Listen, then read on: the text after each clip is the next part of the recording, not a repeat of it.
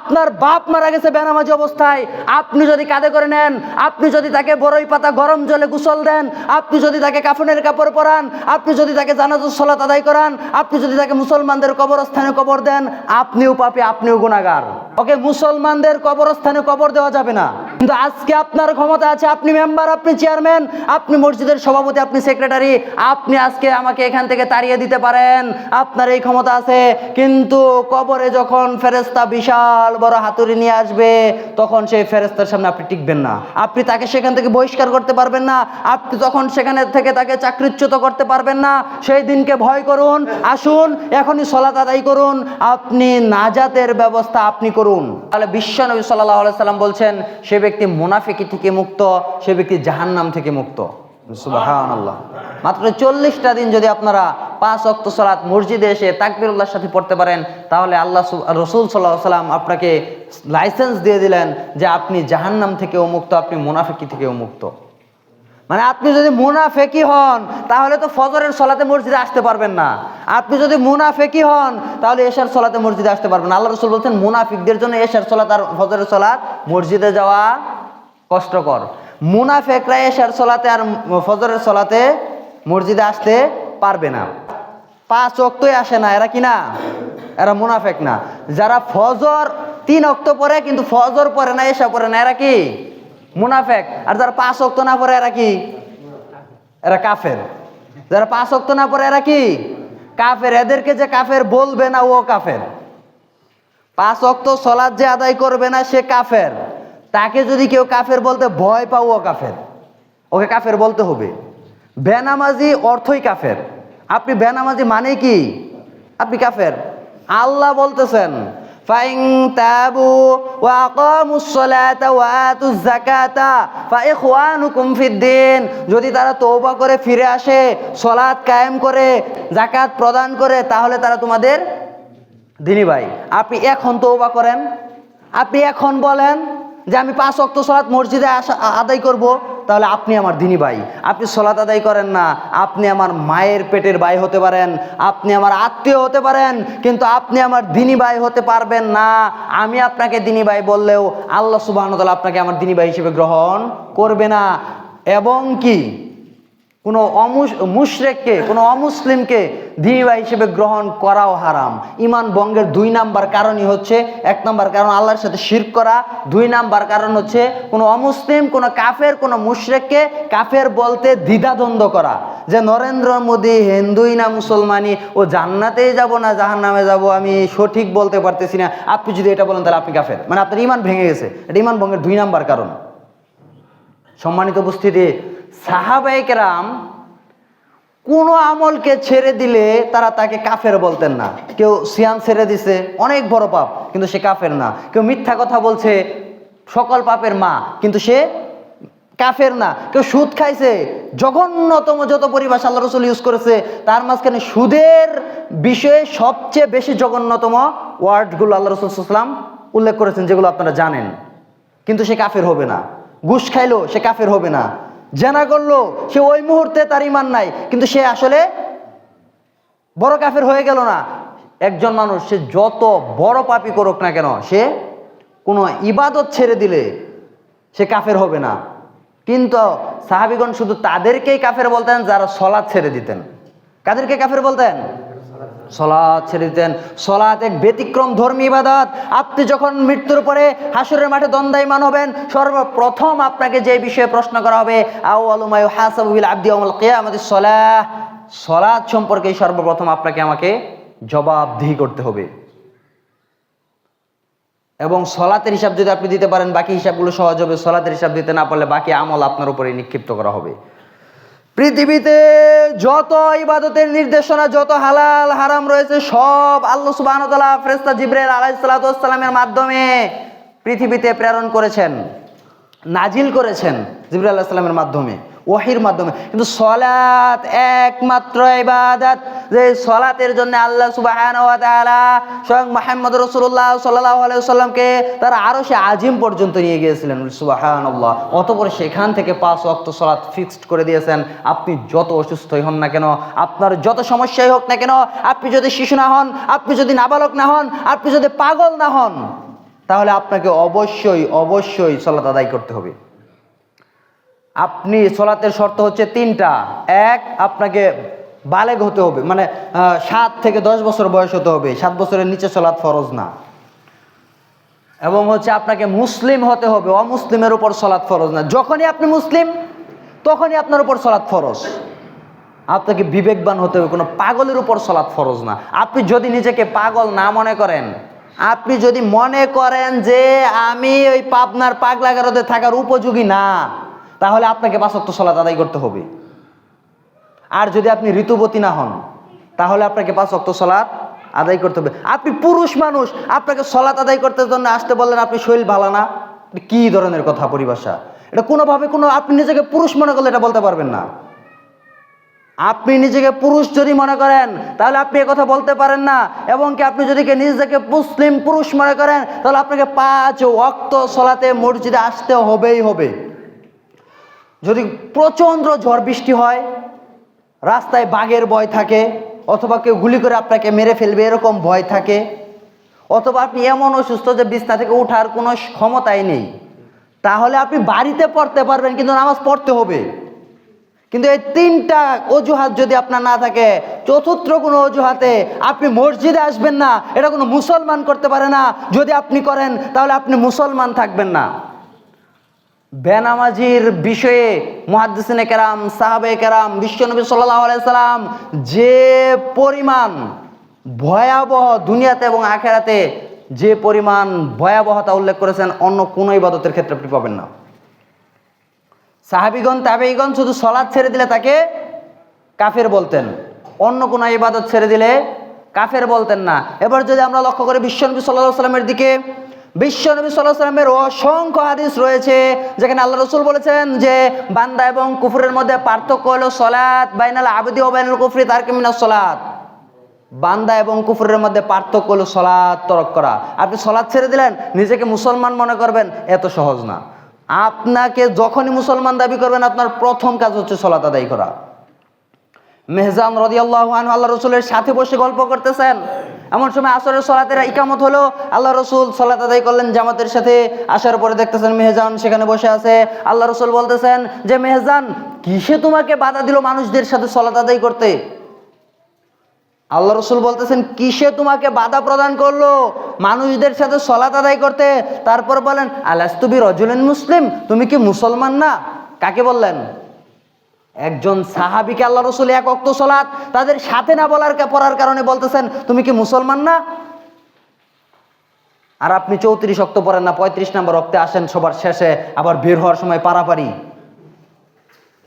আপনি নিজেকে মুসলমান মনে করেন, অথচ আল্লাহ রাসূল 1 ওয়াক্ত সালাত ছেড়ে দেওয়ার কারণে, সাথে না পড়ার কারণে বলতেছেন তুমি কি মুসলমান না? সহিহ মুসলিমের হাদিস। অতঃপর সে কি উত্তর দিয়েছিলেন জানেন? আল্লাহ রাসূল, আমি মনে করেছিলাম আপনারা সালাত আদায় করে নিয়েছিলেন, এজন্য আমি বাড়ি থেকে সালাত আদায় করে এসেছি।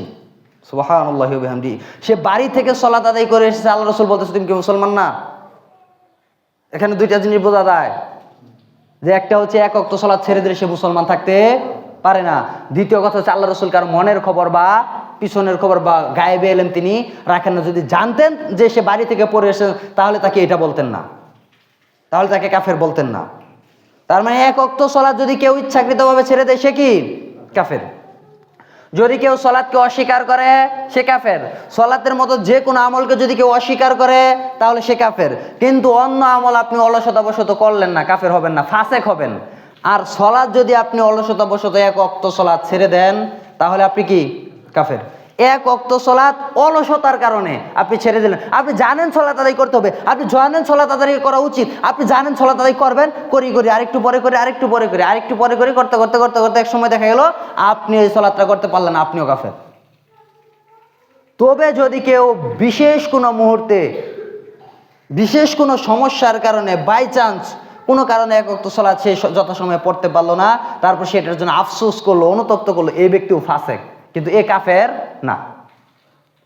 বাই চান্স কোনো কারণবশত বিশেষ কোনো প্রবলেমে, সিচুয়েশনের কারণে আপনি যদি 1 ওয়াক্ত সালাত পড়তে না পারেন, না পড়া এক জিনিস, না পারা আরেক জিনিস।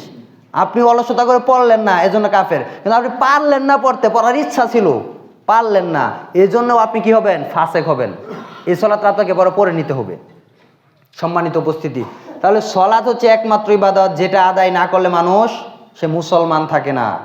এবং সলাৎ হচ্ছে একমাত্র ইবাদত যেটা আল্লাহ সুবহানাহু ওয়া তাআলা বিশ্বনবী সাল্লাল্লাহু আলাইহি ওয়াসাল্লামকে আকাশে নিয়ে মেরাজে নিয়ে তারপর সলাৎকে ফরজ করেছেন। আর 5 ওয়াক্ত সলাৎ আদায় করলে পাবেন 50 ওয়াক্ত সলাতের মর্যাদা।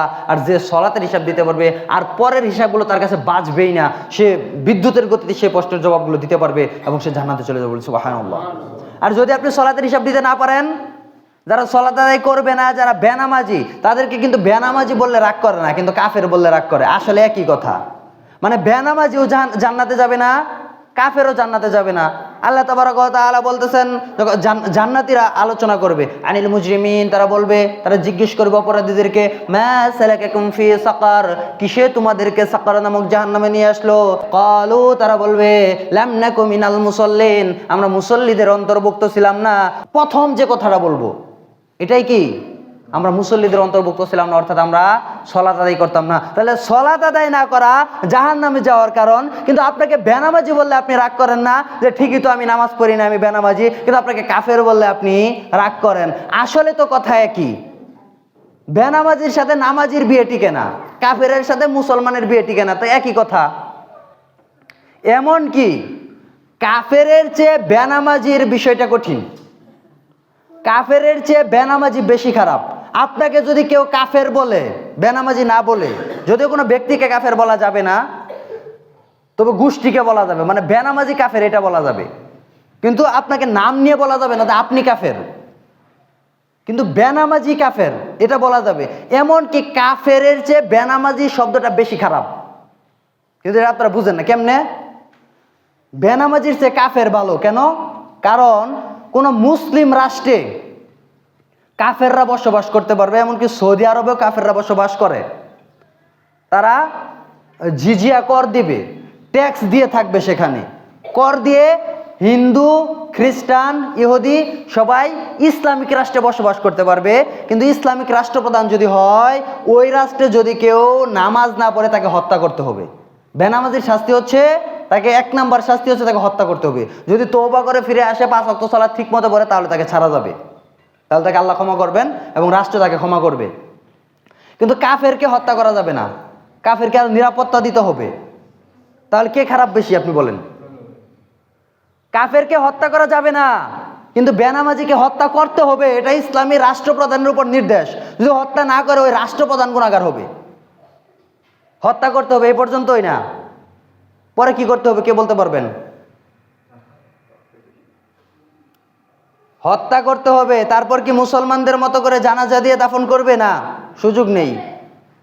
বিগত শতাব্দীর সর্বশ্রেষ্ঠ মুহাদ্দিস 3 জনের ভিতরে যিনি একজন, শেখ সালেহ আল উসাইমিন রহিমাহুল্লাহ, উনি বলেছেন, যদি কেউ বেনামাজির দুনিয়াতে যে বিধান, 1 নাম্বার হচ্ছে বেনামাজিদের সাথে কোনো নামাজির বিবাহ বন্ধনে আবদ্ধ করা যাবে না।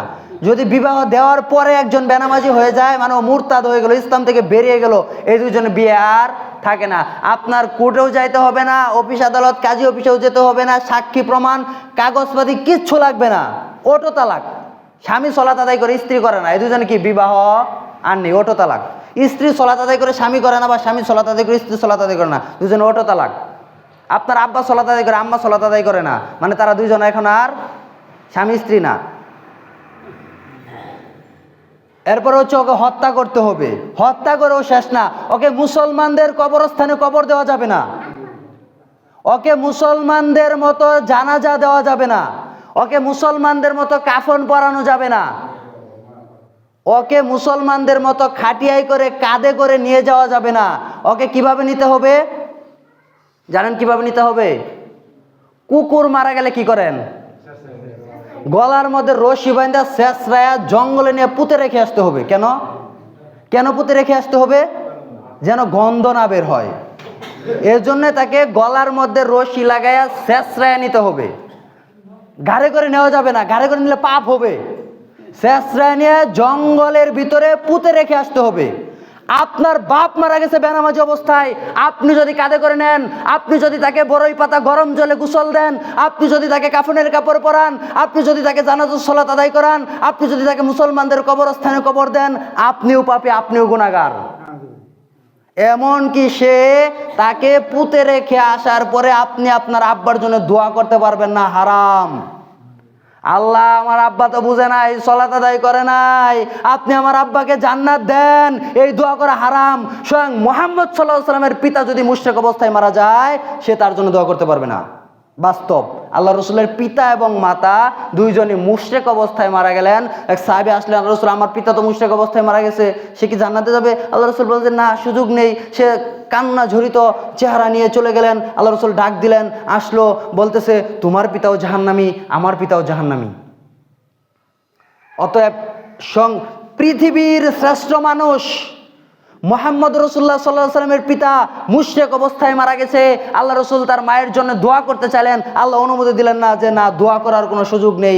আপনার বাপ যদি বেনামাজি অবস্থায় মারা যেয়ে থাকে, আপনি তার জন্য দোয়া করতে পারবেন না। যদি দোয়া করেন আপনার পাপ হবে। বেনামাজি অবস্থায় মারা গেছে মানে সে মুশরিক অবস্থায় মারা গেছে, তার জন্য দোয়া করা হারাম। আপনিও আজকে মুশরিক অবস্থায় মারা যান, কালকে আপনার ছেলে আপনার জন্য দোয়া করলে ওটা হারাম হবে। আপনিও আজকে মুশরিক অবস্থায় মারা যান, আপনার জন্য যে জানাজা পড়বে তার কি হবে? পাপ হবে। সম্মানিত উপস্থিতি, এরকমভাবে ইব্রাহিম আলাইহিস সালামের আল্লাহ সুবহানাহু ওয়া তাআলার কাছে প্রতিজ্ঞাবদ্ধ। ইব্রাহিম আলাইহিস সালাম আল্লাহকে বলছেন, আল্লাহ আপনি আমাকে হাশরের মাঠে আমাকে অপমানিত করবেন না। আল্লাহ বলছে ঠিক আছে, অপমানিত করবেন না। তারপর ইব্রাহিম আলাইহিস সালামের সামনে যখন তার পিতা, যার প্রচলিত নাম হচ্ছে আজর, তাকে যখন জাহান্নামে নিক্ষেপ করা হবে, তখন সে বলবে, আল্লাহ আপনি আমাকে বলেছিলেন আপনি আমাকে অপমানিত করবেন না, আমার সামনে আমার পিতা জাহান্নামে যাবে, এর চেয়ে বেশি অপমানের আর কি হতে পারে? তখন আল্লাহ সুবহানাহু ওয়া তাআলা তাকে অপমান করবেন না, কিন্তু আজরকে শুয়োরের আকৃতিতে প্রধান করে সেই শুয়োর বানিয়ে তাকে জাহান্নামে নিক্ষেপ করা হবে। ইব্রাহিম আলাইহিস সালাম অপমানিত হবেন না, তিনি বুঝবেন না, কিন্তু তার পিতাকে ঠিকই জাহান্নামে যেতে হবেই হবে। এবার আপনি চিন্তা করে দেখেন, ইব্রাহিম আলাইহিস সালাম যদি তার পিতাকে জান্নাতে নিতে না পারে, স্বয়ং মুহাম্মদ রাসূলুল্লাহ সাল্লাল্লাহু আলাইহি সাল্লাম যদি তার পিতাকে জান্নাতে নিয়ে যেতে না পারে, তাহলে আপনার বেনামাজি পিতাকে আপনি দোয়া করে, আপনি ফকির মিসকিন খাওয়ায়ে, আপনি মসজিদ মাদ্রাসায় দান করে আপনিও জান্নাতে নিতে পারবেন না। আপনাকে এখনই সালাত আদায় করতে হবে, না আপনি মারা গেলে আপনার সন্তান যত কিছুই করুক আপনাকে জান্নাতে নিতে পারবে না। সম্মানিত উপস্থিতি, কথাগুলো 2-4 জন বাদে আর সবার কাছেই তিতা লাগতেছে, কষ্ট লাগতেছে। কেউ কেউ ইমাম এটা আর রাখা যাবে না, পরিবর্তন করার পরিকল্পনা করতেছেন, কোনো সমস্যা নেই। কিন্তু আজকে আপনার ক্ষমতা আছে, আপনি মেম্বার, আপনি চেয়ারম্যান, আপনি মসজিদের সভাপতি, আপনি সেক্রেটারি, আপনি আজকে আমাকে এখান থেকে তাড়িয়ে দিতে পারেন, আপনার এই ক্ষমতা আছে। কিন্তু কবরে যখন ফেরেশতা বিশাল বড় হাতুড়ি নিয়ে আসবে, তখন সেই ফেরেশতার সামনে আপনি টিকবেন না, আপনি তাকে সেখান থেকে বহিষ্কার করতে পারবেন না, আপনি তখন সেখানে থেকে তাকে চাকরিচ্যুত করতে পারবেন না। সেই দিনকে ভয় করুন, আসুন এখনই সালাত আদায় করুন, আপনি নাজাতের ব্যবস্থা আপনি করুন। আল্লাহ সুবহানাহু ওয়া তাআলা আমাদের সকলকেই 5 ওয়াক্ত সালাত আদায় করে মুসলমান হওয়ার তৌফিক দান করুন। আমরা সকলে বলি আমিন।